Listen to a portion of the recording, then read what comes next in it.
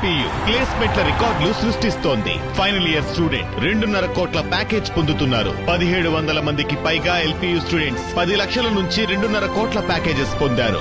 విద్యా విప్లవం ప్రారంభమైంది లవ్లీ ప్రొఫెషనల్ యూనివర్సిటీలో. ఈ కార్ రేస్ కేసులో ఏసీబీ విచారణకు కేటీఆర్ హాజరు కానున్నారు. రెండోసారి విచారణకు హాజరవుతున్నారు కేటీఆర్. ఇప్పటికే ఈ కేసులో ఏసీబీ అధికారులు లోతైన దర్యాప్తు చేశారు. ఎఫ్ఈఓ కంపెనీలకు 54.88 కోట్లు బదిలీ చేయడంపై విచారణ జరిపారు. కేటీఆర్ ఇచ్చే స్టేట్మెంట్తో ఏసీబీ దర్యాప్తు మరింత ముందుకు సాగనుంది. నిందితులు హెచ్ఎండిఎస్, ఎఫ్ఈఓ కంపెనీల విచారణ స్టేట్మెంట్ను ఏసీబీ ఇప్పటికే పూర్తి చేసింది. అయితే కేసులో మరింత స్పష్టమైన సమాచారాన్ని సేకరించేందుకే కేటీఆర్ను ఏసీబీ సెకండ్ టైం రెండోసారి విచారించనున్నట్లుగా తెలుస్తోంది.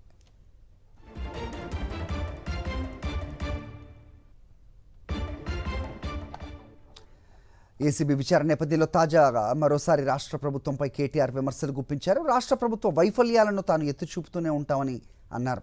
కాంగ్రెస్ ప్రభుత్వ విచారణలు, కమిషన్లు, ప్రతీకార చర్యలతో తాను నిరుత్సాహపడనని అన్నారు. 420 వాగ్దానాలు, మోసపూరిత డిక్లరేషన్లు, 6 గ్యారంటీల అమల్లో వైఫల్యాలను ప్రశ్నిస్తూనే ఉంటామని కేటీఆర్ స్పష్టం చేశారు.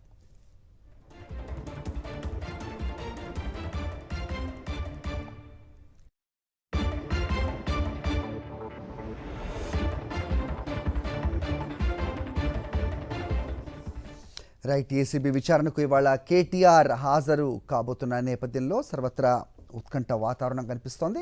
అటు తెలంగాణ భవన్ వద్ద ఎలాంటి సిచ్యువేషన్ ఉంది, అలాగే ఏసీబీ ఆఫీస్కి కేటీఆర్ ఎప్పుడు రాబోతున్నారు? మా కరెస్పాండెంట్ దిలీప్ అలాగే సాయి సిద్ధంగా ఉన్నారు. ముందుగా దిలీప్తో మాట్లాడదాం. దిలీప్, చెప్పండి. సో తెలంగాణ భవన్ వద్ద ఏంటి సిచ్యువేషన్? మొన్న కేసీఆర్ విచారణకు హాజరు కాబోతున్న నేపథ్యంలో కూడా మనం అనూహ్యమైన సందడి చూసాం, ట్రాఫిక్ జామ్ కూడా ఉన్న వాతావరణం. ఇప్పుడు ఎలా ఉంది సిచ్యువేషన్?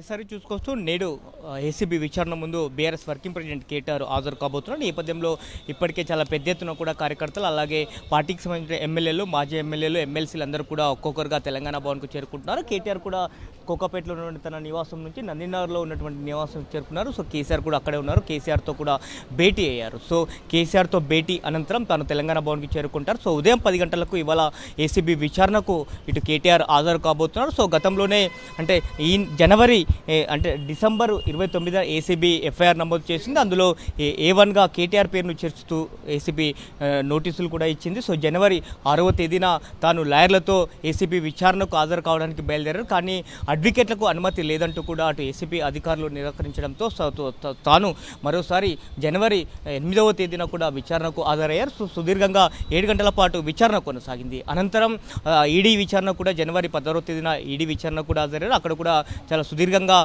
దీనిపైన వాదనలు జరిగాయి. సో మొత్తానికి 55 కోట్లు ఏదైతే ఎఫ్ఈఓ కంపెనీకి ఇండియన్ ఓవర్సీస్ బ్యాంక్ ద్వారా ట్రాన్స్ఫర్ చేశారో ఆ వివాదంతో పాటు ఎలాంటి ఒప్పందాలు జరిగాయి, అసలు ఎఫ్ఈఓ కంపెనీతో ఎలాంటి ఒప్పందాలు చేసుకున్నారు అనేటువంటి దానిపైన కూడా ఇటు ఏసీబీ కేసు నమోదు చేసింది. ముఖ్యంగా ఇవాళ 10 గంటల ప్రాంతంలో ఏసీబీ విచారణకు కేటీఆర్ హాజరు కాబోతున్నారు. సో దాంతోపాటు గతంలో జరిగినటువంటి ఒప్పందాలకు సంబంధించినటువంటి అన్ని పత్రాలు కూడా తీసుకొని రావాల్సిందిగా ఇటు కేటీఆర్కి నోటీసులో పేర్కొన్నట్టుగా తెలుస్తూ ఉంది. అయితే గతంలో అంటే మే 26వ తేదీన మరోసారి నోటీసులు జారీ చేశారు. సో మే 28వ తేదీన విచారణకు హాజరు కావాలని చెప్పి కూడా నోటీసులు జారీ చేశారు. కానీ కేటీఆర్ అమెరికా, లండన్ పర్యటన, ముందస్తు పర్యటన ఉన్నటువంటి నేపథ్యంలో పర్యటన ముగించుకొని వచ్చిన తర్వాత విచారణకు హాజరవుతామని చెప్పారు. సో ఈ నెల 13వ తేదీన విచారణకు హాజరు కావాలంటూ కూడా నోటీసులు ఇచ్చినటువంటి నేపథ్యంలో ఇవాళ విచారణకు కేటీఆర్ హాజరు కాబోతున్నారు. సో మరోసారి కూడా సుదీర్ఘంగా విచారణ జరిగే అవకాశం ఉన్నట్టుగా చాలా స్పష్టమవుతున్న పరిస్థితి కనిపిస్తుంది. ఇదంతా కూడా ఇటు బీఆర్ఎస్ మాత్రం దీనిపైన ఇదంతా కూడా కేవలం రాజకీయ కక్ష సాధింపు భాగంలోనే ఇలా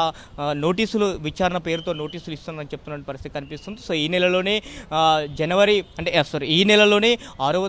ఈ నెలలోనే ఇటు హరీష్ రావు కాళేశ్వరం కమిషన్ ముందు హాజరయ్యారు. అలాగే 11వ తేదీన కేసీఆర్ కూడా కాళేశ్వరం కమిషన్ ముందు హాజరయ్యారు. సో మరోసారి ఇవాళ బీఆర్ఎస్ వర్కింగ్ ప్రెసిడెంట్ కేటీఆర్ హాజరు కాబోతున్నారు. సో ఇవన్నీ కూడా రాజకీయ కక్ష సాధింపులో భాగంగానే తమకు నోటీసులు జారీ చేస్తున్నారని చెప్తున్నారు. ఏదైతే ప్రభుత్వం ఇచ్చినటువంటి హామీలను కప్పుపుచ్చుకునే ప్రయత్నంలో భాగంగానే డైవర్షన్ పాలిటిక్స్లో భాగంగానే ఇవన్నీ నోటీసులు ఇస్తున్నారని చెప్తున్నారు. సో కాంగ్రెస్ ప్రభుత్వం ఇచ్చినటువంటి ఏవైతే 420 హామీలు ఉన్నాయో ఆ హామీలన్నీ కూడా నెరవేర్చే వరకు ఖచ్చితంగా ప్రజల పక్షాన పోరాటం చేస్తామంటున్నారు. ఇలాంటి ఎన్ని కేసులు పెట్టినా ఎన్ని నోటీసులు ఇచ్చినా కూడా భయపడేది లేదు, వెనక్కి తగ్గేది లేదు అంటున్నారు. సో ఏదైనా సరే న్యాయ వ్యవస్థలపైన చట్టాలపైన తమకు నమ్మకం ఉంది కాబట్టి సో న్యాయ వ్యవస్థలోనే తేల్చుకుంటామని చెప్తున్న పరిస్థితి కనిపిస్తోంది. సో మరి కాసేపట్లో నందిని నగర్ నుంచి సో కేటీఆర్ బీఆర్ఎస్ భవన్కి చేరుకోబోతున్నారు. సో అటు నందిని నగర్కి హరీష్ రావు కూడా వెళ్ళారు. హరీష్ రావు, కేటీఆర్, కేసీఆర్ సో ముగ్గురు కూడా భేటీ అయినటువంటి పరిస్థితి కనిపిస్తూ ఉంది. అయితే ఇక్కడ కేటీఆర్ ఇటు ఏసీబీ విచారణకు హాజరవుతున్న నేపథ్యంలో పార్టీ ఎమ్మెల్యేలు, ఎమ్మెల్సీలు, మాజీ మంత్రులు అందరూ కూడా భవన్కి చేరుకుంటున్నప్పటికీ కూడా కవిత ఇవాళ మరోసారి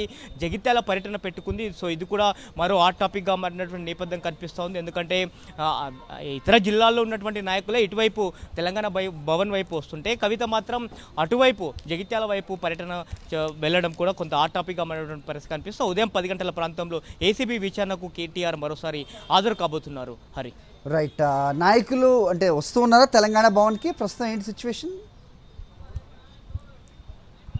ఇప్పటికే మాజీ మంత్రులు, నగరానికి సంబంధించినటువంటి ఎమ్మెల్యేలు, మాజీ మంత్రులు, ఎమ్మెల్సీలు అందరూ కూడా చేరుకున్నారు. కేవలం బీఆర్ఎస్ వర్కింగ్ ప్రెసిడెంట్ కేటీఆర్ ముందుగా ఇటు భవన్కే వస్తారు అనేటువంటిది అయితే కొంత ఇన్ఫర్మేషన్ ఉంది. కానీ తాను కోకపేటలో ఉన్నటువంటి నివాసం నుంచి నేరుగా నందినార్కి వెళ్ళారు. సో కేసీఆర్ కూడా గత 3 రోజుల నుంచి కూడా నందినార్లో ఉంటున్నారు. తను కొంత ఆరోగ్య పరిస్థితుల నేపథ్యంలో కొంత హెల్త్ చెకప్ కూడా ఏజీ హాస్పిటల్లో చేయించుకునేటువంటి నేపథ్యం కనిపిస్తుంది. ఈ 4-5 రోజులు కూడా కేసీఆర్ నందినార్లోని నివాసంలోనే ఉంటారు. కాబట్టి ముందుగా అటు కేసీఆర్ దగ్గరికి కేటీఆర్ వెళ్ళారు. అలాగే హరీష్ రావు కూడా కాసేపటి క్రితమే కేసీఆర్ దగ్గరికి వెళ్ళారు. హరీష్ రావు, కేటీఆర్, కేసీఆర్ సో ముగ్గురు కూడా కొంత భేటీ అయ్యారు. తాజా రాజకీయ పరిస్థితులు అలాగే జరుగుతున్న పరిణామాలపైన కొంత చర్చిస్తున్న పరిస్థితి కనిపిస్తోంది. సో గతంలో కూడా విచారణ జరిగింది కాబట్టి సో మరోసారి విచారణ ఎలా ఉండబోతుంది అనేటువంటి దానిపైన కొంత డిస్కస్ చేస్తున్నట్టుగా తెలుస్తుంది. ఇటు పార్టీ క్యాడర్ కూడా చాలా పెద్ద ఎత్తున ఇప్పటికే తెలంగాణ భవన్కి చేరుకుంది. సో ముందస్తుగా కూడా అందరూ కూడా భవన్కే రావాలని కూడా పిలుపు వచ్చింది. సో ఇప్పుడే నర్సాపూర్ ఎమ్మెల్యే కూడా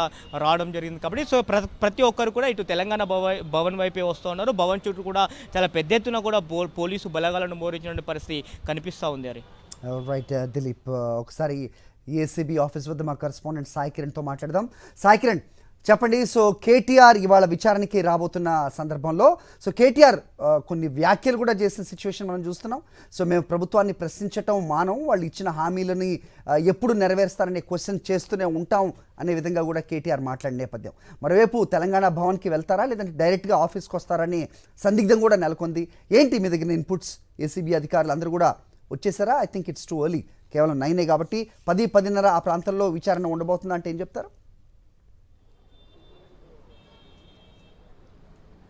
సరే, ఆ తెలంగాణ రాజకీయాల్లో ఇది మరొక బిగ్ డేగా కూడా ఇక్కడ ఉన్నటువంటి వాళ్ళందరూ కూడా చూస్తున్నారు. ఎందుకంటే ఆల్రెడీ ఈ కేసులో కేటీఆర్ను గతంలోనే ఒకసారి విచారించింది ఏసీబీ. సో మరొకసారి రెండోసారి పిలుస్తుందంటే ఈరోజు ఏం జరగబోతుంది అనేటువంటి ఆసక్తి అందరిలో ఉంది. ఎందుకంటే ఇప్పటికే ఈ కేసుకు సంబంధించి అందులో A1గా ఉన్న కేటీఆర్, A2గా ఉన్నటువంటి మా సీనియర్ ఐఏఎస్ అధికారి అరవింద్ కుమార్, అలాగే అప్పుడు హెచ్ఎండి అయితే ఎంఏయుడిలో ఉన్నటువంటి మాజీ chief engineer BLN Reddy, so వీళ్ళందరినీ కూడా విచారించారు. అలాగే FEO ప్రతినిధులను కూడా విచారించారు. సో అందరినీ విచారించిన తర్వాత మరొకసారి కేటీఆర్ను విచారణకు పిలుస్తున్నారంటే మరి ఏసీబీ ఈరోజు ఏం ప్లాన్ ఉంది, ఈరోజు ఎలాంటి స్టెప్ తీసుకొని ఉంది ఏసీబీ అనేటువంటిది అందరిలో ఆసక్తి నెలకొన్నటువంటి పరిస్థితి. సో మొత్తానికి ఈ కేసు కనుక చూస్తే అసలు ఈ కేసు ఏంటి అనేటువంటిది ఒక్కసారి కనుక చూస్తే ఈ ఫార్ములా ఈ రేస్ అనేటువంటిది బీఆర్ఎస్ గవర్నమెంట్ ఉన్నప్పుడు నిర్వహించింది. 2023లో ఒప్పందాలు కుదుర్చుకుంది. అయితే అప్పుడు ట్రైపార్టీ అగ్రిమెంట్ కుదుర్చుకుంది.